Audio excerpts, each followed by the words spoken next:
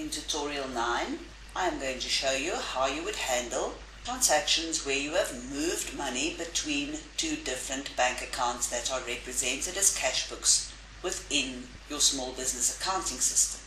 To show you this procedure, I have opened up the August example business cash book that you will also receive when you purchase the product. A completed example for the months of June, July and August cash books. And here we can see in the bank account business, there is an interbank receipt transaction. So in other words, we moved money from an account, which in this example is from a personal bond account, into the business bank account, because it's showing as a positive.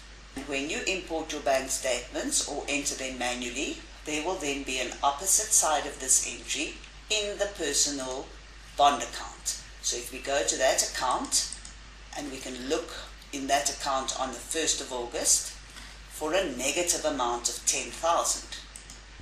So here's the personal bond account, and on the 1st of August we have a transaction of 10,000 going out, which is the 10,000 that came in to the business bank account.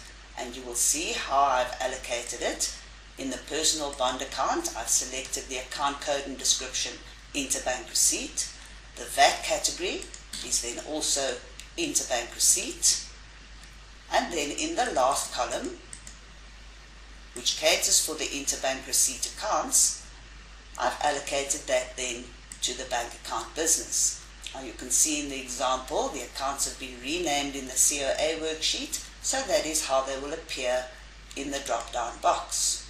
And then the transaction where the money was moved to, the 10,000, again is account code and description, interbank receipt, that category interbank receipt, and then the interbank receipt account for this transaction is the personal bond account. And that is the process for allocating of interbank transfers. You must make sure that the interbank receipt account on the B worksheet within the file is always 0 when you've completed all the allocating of your cash books, because money being transferred between bank accounts will always have a net effect of 0. And if all else fails, if it's not 0, you can always use the summarize worksheet, which we'll go through in more detail in a later tutorial, but I'll just show you now quickly how you can look for interbank receipts that are not balancing.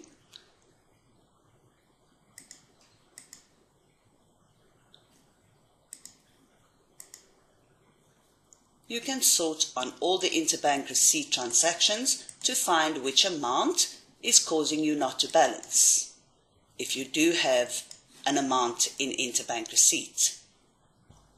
In the next tutorial, I'll be covering the debtors and creditors control and how to use that. I'll speak to you then.